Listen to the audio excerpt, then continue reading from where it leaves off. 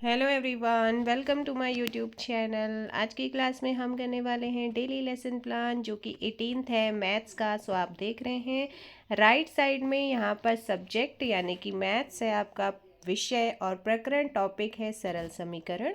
और left side में विद्यालय यानी कि स्कूल का नाम और दिनांक, साथ में कक्षा लिखी गई है। और सामान्य उद्देश्य से इसकी शुरुआत होती है। सामान्य उद्देश्य आपके पहले वाले लेसन प्लान से लेके लास्ट लेसन प्लान तक सेम रहते हैं, क्योंकि वो मैथ्स के ऊपर होते हैं, सब्जेक्ट के ऊपर होते हैं। जो चेंज आता है वो इस विशिष्ट उद्देश्यों में आता है, जैसे कि इसमें ज्ञानात्मक उद्देश्य है, जिसमें पहला बोला गया है कि छात्र चर तथा अचर राशियों से परिचित हो सकेंगे, और सेकंड है छात्र समीकरण को परिभाषित कर सकेंगे। अब बोधात्मक उद्देश्य क्या है? छात्र समीकरण की विशेषताएं बता सकेंगे, छात्र समीकरण के उदाहरण दे सकेंगे। उसके बाद आता है अनुप्रयोगात्मक उद्देश्य, छात्र समीकरण आधारित प्रश्नों को हल कर सकेंगे, छात्र समीकरण से संबंधित समस्याओं की जांच कर सकेंगे। उसके बाद आता है शिक्षण सहायक सामग्री, अर्थात टीएलएम, टीचिंग लर्निंग मटेरियल की हम बात करते हैं, जिसमें सामान्य सहायक सामग्री, जो भी हम सामान्य कक्षागत उपकरण अर्थात जो भी क्लास के अंदर यूज़ कर रहे हैं, चाहे वो एज एग्जाम्पल चौक हो, डस्टर हो, रोलर बोर्ड यानी कि लपेट शामपट, संकेतक हो यानी कि पॉइंटर, और या फिर शामपट यानी कि हमारा ब्लैक बोर्ड हो।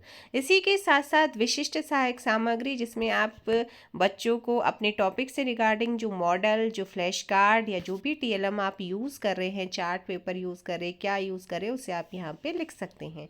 उसके अलावा हमारे यहाँ पे अगर शिक्षण विधि है तो वह है आगमन और निगमन विधि। अगर आपके यहाँ पर है फॉर्मेट में शिक्षण विधि यानी कि टीचिंग मेथड्स लिखना, तो आप लिख सकते हैं। अदरवाइज पूर्व ज्ञान प्रीवियस नॉलेज, जिसमें एक पॉइंट है कि छात्र समीकरण से संबंधित सामान्य जानकारी रखते हैं।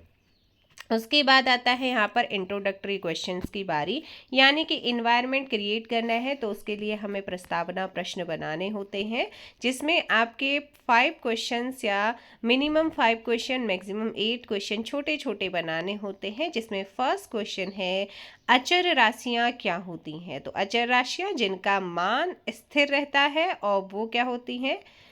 अचर राशियाँ कहलाती हैं। अचर राशियों के उदाहरण जैसे 1, 2, 3, 4 मतलब आदि।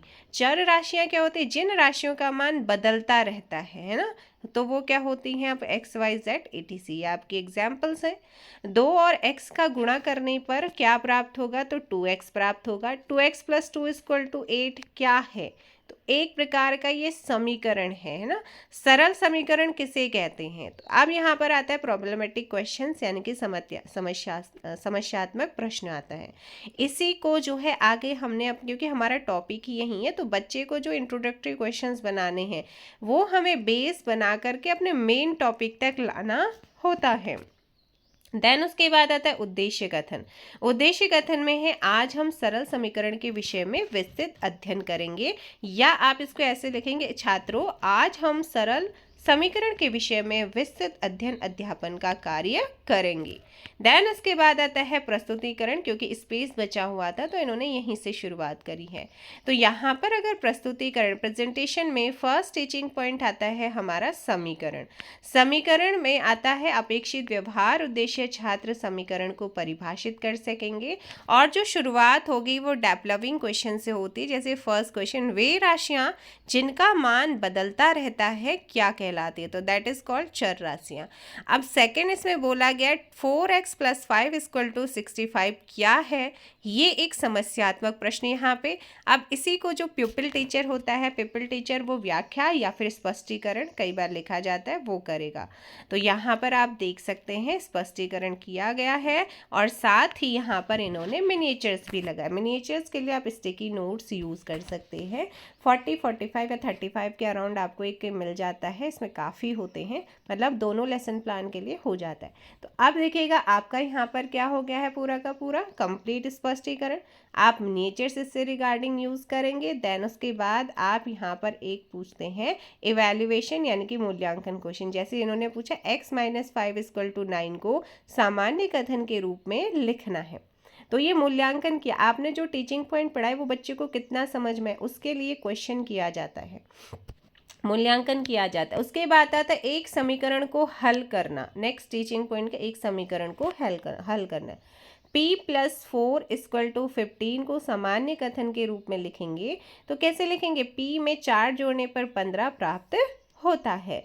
ऐसे ही आपका 3n+7 = 25 को हल करना है। तो इन्होंने यहाँ पर इसको हल किया है, स्पष्टीकरण दिया हुआ है, और स्पष्टीकरण करने के साथ साथ इन्होंने यहाँ पर क्या किया है? मिनिएचर्स का भी यूज़ किया है ना। आप ऐसे मिनिएचर्स बना सकते, और साथ ही जैसे ही आपका कंप्लीट हुआ है इन्होंने इवैल्यूएशन किया है, यानी कि मूल्यांकन प्रश्न इन्होंने पूछा है।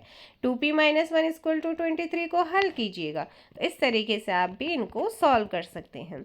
और बात रही यहाँ पर नेक्स्ट आता है हमारा समीकरण हल करना। मॉडल उदाहरण है। छात्र समीकरण को हल कर सकेंगे। ये अपेक्षित व्यवहार, उद्देश्य या परिवर्तन है।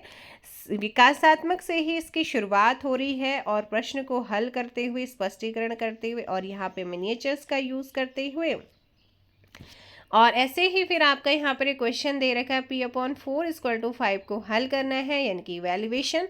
अगर आपके यहाँ पे छात्र प्रश्नावली है तो आप इसे लिखिए, अदरवाइज आप स्किप कर सकते हैं। छात्र समीकरण हल कर सकेंगे, ये पूरा का पूरा यहाँ पर गिवन है। उसके बाद आता है पुनरावृत्ति प्रश्न, रिपीटेशन क्वेश्चन आते हैं, यानी कि जो भी आपने अभी तक पढ़ाया है एज ए पीपल टीचर, हमने जो कुछ पढ़ाया है वहाँ पर पुनरावृत्ति प्रश्न उसी से रिगार्डिंग पूछना पड़ता है।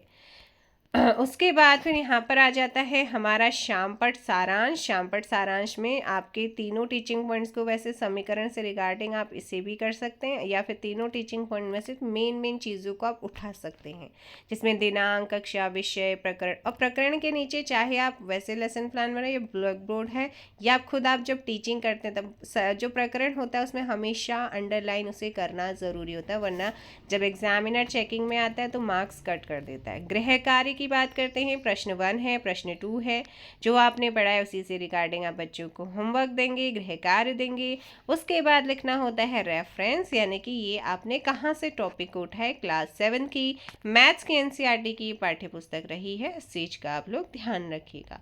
तो ये था आज का आपका लेसन प्लान, जो कि लेसन प्लान नंबर 18 था। आई होप सो आप लोगों को ये लेसन प्लान हेल्प कर रहा होगा।